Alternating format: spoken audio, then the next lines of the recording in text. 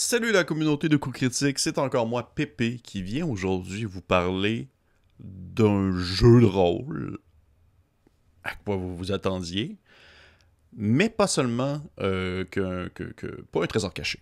Ok, pas un trésor caché déjà, mais je veux pas seulement vous parler du jeu en soi, je veux aussi vous parler de sa structure et de son concept, parce que ça fait quelques fois que on commente, on écrit des choses sur les réseaux et tout ça en lien avec un style de jeu qu'on parle, un jeu qui est propulsé par l'apocalypse. Et ça fait quelques fois que j'en reçois des commentaires disant mais qu'est-ce qu'un jeu propulsé par l'apocalypse, mais pourquoi, qui donc, mais où suis-je et tout. Et donc j'ai décidé d'un peu de présenter un jeu que j'apprécie énormément, mais qui utilise justement la formule d'un jeu propulsé par Apocalypse, et par le fait même ainsi expliquer un peu c'est quoi ce style de jeu-là. Parce que au moment où vous écoutez cette vidéo, j'en ai une autre qui est déjà sortie, qui est Root, le role-playing game, qui est sorti basé sur le jeu de société, qui lui aussi est un jeu propulsé par l'Apocalypse, mais avec des touches un peu plus... avec certaines zones un peu plus crunchy que le jeu moyen de ce style-là. Donc aujourd'hui, en fait, ce dont je vais vous parler, c'est d'un jeu qu'on nomme Monster of the Week. Mais avant de vraiment plonger dans ce jeu-là en soi, qu'est-ce qu'on pourrait dire sur un jeu qui est propulsé par l'apocalypse? Eh bien, c'est des jeux de rôle. Déjà, c'est une chose, prendre en considération, c'est un jeu de rôle.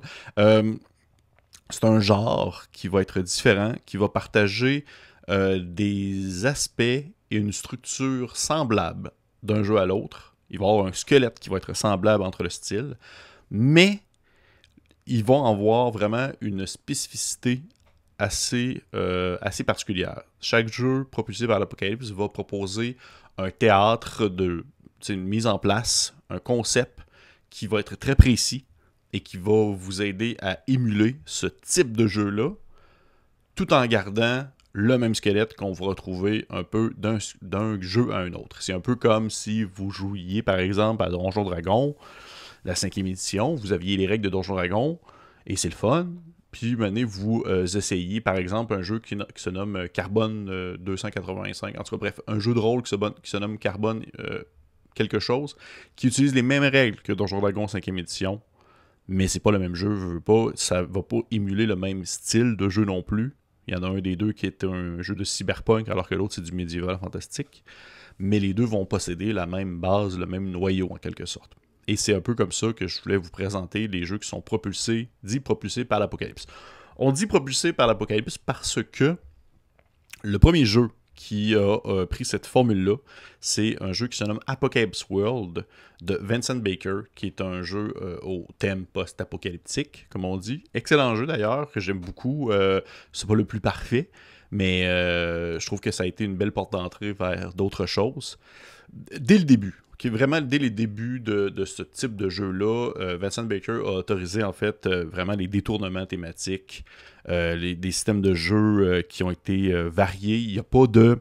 La licence de ce type de jeu-là est ouverte.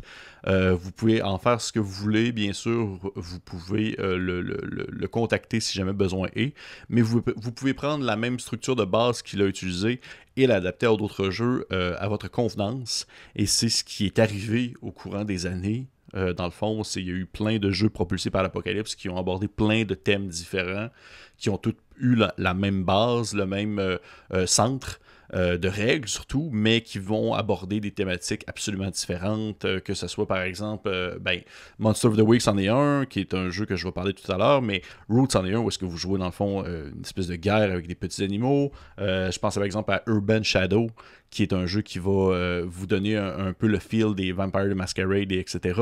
Dungeon World, qui est vraiment comme Donjon Dragon, mais avec le système justement propulsé par l'Apocalypse. Il y en a une panoplie, il y en a tellement que j'oublie de les nommer, mais il y en a vraiment au-dessus de... S'il n'y en a pas 50, il y en a zéro. Pour vrai, j'exagère même pas, là, s'il n'y en a pas 50, il y en a zéro. Il y en a énormément. Ils sont pas tous bons. Ils sont pas tous bons. Ils sont pas tous développés non plus. Il y en a qui font seulement quelques pages, 2-3 pages, alors qu'il y en a d'autres qui vont faire des 200-300 pages en tout. Mais ils prennent tous un peu le même centre, la même base, c'est-à-dire les mêmes fondations, le jeu Apocalypse World de Vincent Baker. Et Monster of the Week, eh bien, c'est un jeu d'horreur, d'action-horreur. Okay? C'est action-horreur, un jeu où est-ce que vous allez incarner des personnages un peu à la manière de Buffy contre les vampires. On pense par exemple à les frères dans Supernatural.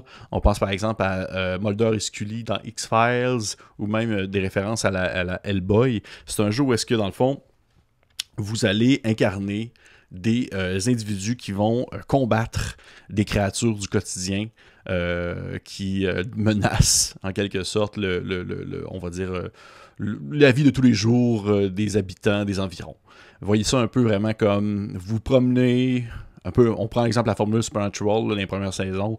Vous vous promenez en bagnole, vous arrêtez à une place, il y a des disparitions bizarres et une investigation qui s'ensuit, puis vous découvrez qu'il se passe de quoi depuis que la mine du coin a été réouverte. Vous allez investiguer, puis dans la mine, il y a genre des morlocks qui capturent des gens pour les utiliser, pour faire X affaires. Bref, il y a des intrigues, mais aussi beaucoup d'actions. C'est ça le but également. Vous tapez sur des monstres, vous combattez, vous êtes des étudiants dans une école secondaire, puis là, vous essayez de comprendre pourquoi est-ce que, dans le fond, l'enseignante de chimie, elle garde les jeunes après pour de la retenue, puis finalement ces jeunes-là sont jamais revenus, puis là vous allez investiguer, puis là vous découvrez que la prof de chimie, mais finalement c'est une menthe religieuse géante. Là je fais vraiment une comparaison à un des épisodes de Buffy contre les vampires, mais vous comprenez le principe, c'est ça. C'est vous êtes un individu qui est au courant de l'existence du surnaturel, du paranormal et du danger, et vous allez ainsi le combattre. Ça peut ressembler un peu au jeu de rôle de Hellboy que j'ai approché lors d'une autre critique. Mais justement, c'est un peu ça le concept. C'est que vous voyez qu'Hellboy, la mouture d'Hellboy, c'est la 5e édition. Ça utilise les règles de la 5e édition, alors que Monster of the Week, la mouture de celui-ci va être un jeu beaucoup plus narratif. Ça va être un jeu qui est propulsé par l'Apocalypse, que je vais expliquer grossièrement les règles un peu plus tard. Donc, vous comprenez un peu c'est quoi le concept. Monster of the Week, c'est un jeu qui a été créé en anglais par Evil Hat Production, qui est une compagnie que j'apprécie beaucoup, qui font des très cool jeux. Ils ont fait par exemple Blade in the Dark, Bubblegum Shoe, qui ont fait beaucoup de productions de Fate aussi. Et la version française a été faite par Studio Dead Crow, que aussi une compagnie française que j'aime beaucoup, qui ont fait la traduction française de la dernière édition de RuneQuest. Ils ont fait le très récent Nautilus, entre autres, et j'en passe. Dans le fond, la version que j'ai ici, c'est l'édition révisée 2015. Que justement la traduction française qui a été faite par Studio Dead Crow. J'ai pas nécessairement eu tant l'occasion d'y jouer, malheureusement. J'ai eu l'occasion de m'y pencher à quelques reprises, et c'est le genre de choses que j'aimerais beaucoup faire dans un avenir pas si lointain pour la chaîne, faire une petite partie de Monster of the Week. Je pense que ça pourrait vraiment être très le fun, et d'explorer le genre le système propulsé par l'Apocalypse. Comme son nom l'indique, côté thématique, c'est Monster of the Week, c'est pour faire référence au fait qu'il y a un monstre par semaine, par épisode, un peu comme les premières saisons de Buffy, les premières saisons de Supernatural, même les premières saisons de X-Files. Vous allez, c'est inspiré par la culture populaire, vous allez vous battre contre des monstres de tous les jours, les créatures qui sont présentées à l'intérieur, ou même les référents qui sont donnés, vous allez les connaître, mais c'est aussi la beauté de la chose. Autant que vous les connaissez, autant le jeu va vous encourager à tourner un peu la mythologie de base pour pouvoir vous inspirer de autre chose et ainsi surprendre vos joueurs qui connaissent probablement le mythe du vampire comme on le connaît, ou le mythe du loup-garou par exemple.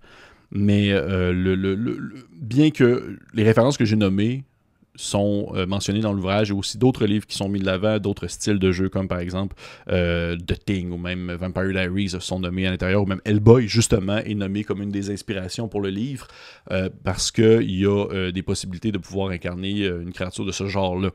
Vous allez comprendre plus tard. Et justement, j'y arrive. Système de jeu. OK. Comment fonctionne un jeu propulsé par l'Apocalypse, et par le fait même comment fonctionne Monster of the Week? C'est un jeu où est-ce que, lorsque vous voulez faire une action qui est en dehors de ce qui est habituel, dans le fond, une action qui va nécessiter un certain danger ou un certain risque, vous allez lancer 2d6, toujours, auquel vous ajoutez un modificateur sur la fiche de personnage. Pour l'instant, vous me suivez, c'est le genre de choses que j'ai aussi abordé dans ma critique de Root. Si la personne obtient un 10 et plus, c'est une réussite. Si la personne obtient entre 7 et 9, c'est souvent plutôt une réussite partielle. Et si vous avez, dans le fond, si vous avez 6 ou moins, c'est un échec. La petite twist, c'est lorsque vous avez des échecs, 6 et moins, vous avez de l'expérience qui embarque. Parce que vous avez de la... Comment je pourrais dire? C'est... comment je pourrais mentionner ça? C'est un peu comme... c'est ça. Vous avez des points d'expérience qui vous permettent de monter de niveau. Et lorsque vous échouez, c'est parce que vous apprenez sur le tas, vous apprenez de vos échecs. C'est un peu ça comme ça. Donc, à chaque fois que vous avez 6 et moins, vous pouvez cocher des points d'expérience et vous avez des réussites. Bien qu'un 6 et moins va apporter avec lui son lot de problèmes. Parce que le DM va être très narratif. C'est un jeu qui est très roleplay, qui est basé beaucoup sur les échanges, sur la discussion. Les jeux qui sont propulsés par l'Apocalypse, c'est beaucoup une simple discussion entre le DM et les joueurs. Le DM va poser des questions, va expliquer un peu, va mettre la table, et un moment donné, il va demander au joueur de lancer un dé lorsque ce dernier va vouloir faire une action qui va être dangereuse. Si le joueur lance, a 10 et plus, l'action qu'il voulait entreprendre est toujours réussie, puis ça va, puis on continue à jouer, et that's it. Et s'il est entre 7 et 9, le DM, en suivant certaines règles, va proposer, dans le fond, une alternative, mi-réussite, mi-échec aux joueurs, mi-figue, mi-raisin un peu, et on continue le jeu par après. Mais par exemple, si le joueur a un 6 et moins, c'est là que le DM, dans le fond, peut se lancer et, disons, laisser aller, si on veut, ses priorités en tant que gardien. Dans ce livre-là, on va nommer ça comme ça, un gardien qui va avoir ses objectifs pour pouvoir respecter le thème qui est proposé dans l'ouvrage. Le thème étant Monster of the Week. Émuler ce genre de partie-là, émuler ce genre de show-là, par exemple.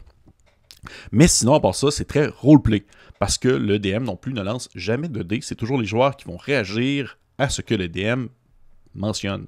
C'est-à-dire autant de défense, autant d'attaque, interaction avec les personnages et tout ça, les NPC, ça va jamais le DM va devoir lancer des dés, ça va toujours être au rôle des joueurs de pouvoir mettre de l'avant et donner un rythme mécanique à la partie.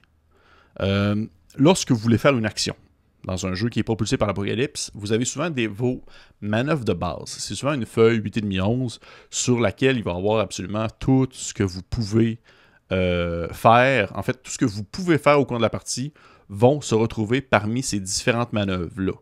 Ça veut dire, les manœuvres de base dans Monster of the Week sont agir sous pression, donner un coup de main, enquêter sur un mystère, manipuler quelqu'un, protéger quelqu'un, évaluer une situation qui craint, utiliser la magie et casser de la gueule. Donc, lorsque vous voulez faire quelque chose. Par exemple, je dis, j'aimerais pouvoir sauter par-dessus, sauter au travers de la fenêtre. Non, c'est l'exemple que j'ai utilisé dans Root. Mettons que je dis que je voudrais escalader un muret pour échapper à mes ennemis. Eh bien, ça va être un jet de agir sous pression. Et là, vous allez lancer votre caractéristique appropriée en lien avec l'action qui est demandée. Agir sous pression, escalader un muret, ça va peut-être être soit de la force ou de la dextérité selon l'action, selon ce que vous allez faire, tout dépendant comment est-ce que vous vous y prenez. Vous pouvez en discuter avec le DM ou faire votre jet. Si vous avez dit C+, vous réussissez à monter le muret. Si vous avez dit 7 et 9, probablement que vous réussissez à monter, mais ce dernier est instable et vous allez peut-être tomber ou vous ne montez pas assez vite à votre goût. Et si vous avez 6 et moins, eh bien, les gens réussissent à vous rejoindre. Les pas fins qui vous poursuivent vous rejoignent avant que vous ayez le temps de monter le muret. Et c'est ainsi de suite. Tout ce que vous allez dire, tout ce que vous voulez faire qui va nécessiter un jet, va pouvoir être interprété parmi ces différentes manœuvres de base-là. Et tout le monde y a accès à ces manœuvres-là. Tout le monde y a accès. En plus de ces manœuvres-là, vous avez vos caractéristiques à vous, qui sont vos caractéristiques de base. Admettons qu'on pense à Donjon Dragon avec la force, la dextérité et tout ça. Eh bien, dans Monster of the Week, ça va être le cool, le coriace, le charme, le futé et le bizarre. C'est des synonymes souvent qui vont pouvoir être interprétés comme vous pensez qu'ils sont. Là. C'est sûr que le bizarre représente plus, par exemple, l'utilisation de la magie du surnaturel, et le cool représente la situation à rester calme, malgré le stress, le côté rationnel, le côté calculateur, avoir du sang-froid, par exemple. Et lorsque vous, dans le fond, vous faites une action, par exemple, on parle d'agir sous pression, eh bien, ça va probablement être, par exemple, soit du cool, parce que vous allez essayer de monter de manière efficace, ou peut-être même du coriace, parce que c'est une capacité un peu plus physique, des choses comme ça. ou peut-être même du futé, qui est un lien plus avec l'intelligence et la perception. Si vous réussissez à parler au DM en disant « Ok, je voudrais monter le muret, et dans le fond, je remarque qu'il y a à côté du muret une espèce de corde qui me permet de pouvoir m'accrocher, puis en tirant sur la corde, ça me fait faire une espèce d'effet de levier par rapport à un escalier qui tombe, puis la corde, elle monte. Ben, comme ça, je vais pouvoir monter, je vais pouvoir monter en haut du muret plus rapidement. » Et bien là, dans ce cas-là, si le DM l'accepte, vous allez pouvoir lancer votre jet de futé. Parce que c'est ça aussi, je pense, un des nœuds, pas un des nœuds, mais un des points centraux de ce style de jeu-là, c'est la narration partagée qui en ressort. C'est que le jeu va encourager les joueurs à participer à la création, participer à la construction du monde, à la construction de l'environnement qui les entoure, pour pouvoir justement être capable de tirer leur avantage du jeu et de pouvoir savoir quelles caractéristiques vont pouvoir être associées à telle action selon la situation. Comprenez?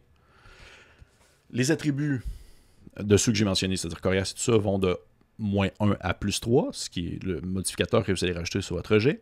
Et du côté du gardien, ce qui se passe du côté du gardien. Les priorités du gardien, le DM, c'est de rendre le monde réel et de rendre, dans le fond, l'existence des chasseurs dangereuses et effrayantes. Pour cela, dans le fond, il s'appuie sur des principes qui sont un peu une ligne de pensée à suivre pour la partie, c'est-à-dire acheter de l'horreur à des situations quotidiennes, vous adresser aux chasseurs et non-joueurs. Vous devez utiliser les manœuvres du gardien, jamais dire leur nom, parce que le gardien va avoir ses manœuvres à lui, c'est-à-dire qu'est-ce qu'il va pouvoir faire lorsque les joueurs vont échouer leur jet. Être un fan des chasseurs, parce que le but, c'est de jouer avec les joueurs, c'est eux vraiment les points centraux. Les points centrales de l'histoire, parce que les NPC sont pas tant importants dans un jeu propulsé par l'Apocalypse. On joue vraiment pour les joueurs. Il y a du fun qui va être fait au travers des NPC, mais souvent ils sont décrits de manière très minimale. C'est pas du tout super élaboré. Vous n'allez pas avoir 4 pages de NPC pour pouvoir vous expliquer comment ça fonctionne. Là. Ça demeure que les personnages sont les personnages centraux de leurs aventures, et c'est pourquoi est-ce que on joue, c'est pour les mettre de l'avant dans leur contexte. Rien n'est sûr, tout est dangereux, la menace est partout. Donner un nom à tous les individus qu'ils rencontrent, donner aux chasseurs ce qu'ils ont mérité, pas ce qu'ils voulaient. Si jamais, exemple, ils échouent leur jet et tout ça. Et c'est un peu ça aussi, c'est que le gardien va avoir des manœuvres à suivre en lien avec ce que les joueurs vont vouloir faire et ce qu'on va vouloir échouer. Puis je vais en revenir plus tard dans ma critique du jeu. Pourquoi est-ce que je trouve que Monster of the Week, c'est un excellent exemple. Vous allez comprendre pourquoi. Côté visuel, c'est classique, c'est efficace, c'est simple. Le bestiaire, il y a un bestiaire qui vient avec le jeu, qui a des beaux dessins travaillés. L'écran est cool, c'est comme une espèce de trucs avec des points de repère, puis des photos de monstres qui ont été prises pour montrer que genre il y aurait des créatures cachées à tel endroit aux États-Unis, par exemple. C'est pas tout cassé, là. Je veux dire, je joue pas à ça pour... je joue pas à ce jeu-là pour les beaux dessins. C'est pas du tout ça le but. Mais c'est efficace, puis ça montre ce que ça veut montrer, tout simplement. Côté maintenant critique, ça c'est le côté l'aspect que je voulais vraiment apporter, c'est que je trouve pour ma part que c'est un des meilleurs propulsés par l'Apocalypse. Pourquoi? Parce que c'est un de ceux qui est le plus utile pour respecter le genre. Et la section du DM est réellement bien écrite et utile dans l'optique de vouloir nous pousser à jouer exactement ce que le jeu propose. Monster of the Week. Chaque jeu qui est propulsé par l'Apocalypse propose un cadre précis selon, dans le fond, sa thématique.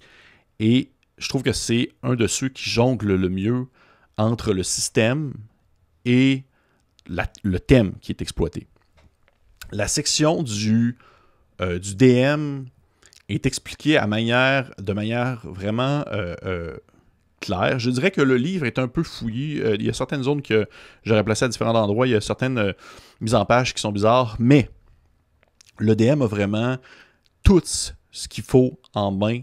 Côté conseil, côté manœuvre, côté son agenda privé à lui, c'est quoi, qu'est-ce qu'il doit prendre en considération pour respecter ce genre-là. Et c'est ce que je trouve qui fait la force de ce jeu-là, c'est que c'est le meilleur outil qui existe, selon moi, pour pouvoir donner ce type d'expérience-là à des joueurs. Si des joueurs vous disent « j'aimerais ça vivre une expérience à la Buffy contre les vampires », le jeu que je propose à ce moment-là, c'est immédiatement Monster of the Week. Parce que autant les joueurs, ce qu'ils vont incarner, les différents, on va dire, playbooks, c'est le terme, les différents classes, entre parenthèses, qui sont proposées vont être les personnages les plus typiques, parce que c'est ça aussi le concept. Lorsque vous jouez un propulsé par l'Apocalypse, vous ne voulez pas, vous êtes plutôt typique dans un cadre précis. Autant les conseils qui vont être donnés au DM aux gardiens plutôt, vont être très utiles et vont cadrer vraiment bien dans ce style de jeu-là.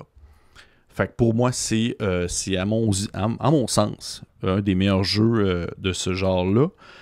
Comme je mentionne, il est je dirais, un peu fouillis. Il y a certaines zones qui sont un peu plus grises, certaines mises en page qui sont bizarres. Mais sinon, pour vrai, moi je considère que c'est un bijou. Si déjà à la base la thématique vous parle, c'est surtout ça. Pour du long terme, je crois que le jeu prend vraiment son plein potentiel dans une campagne.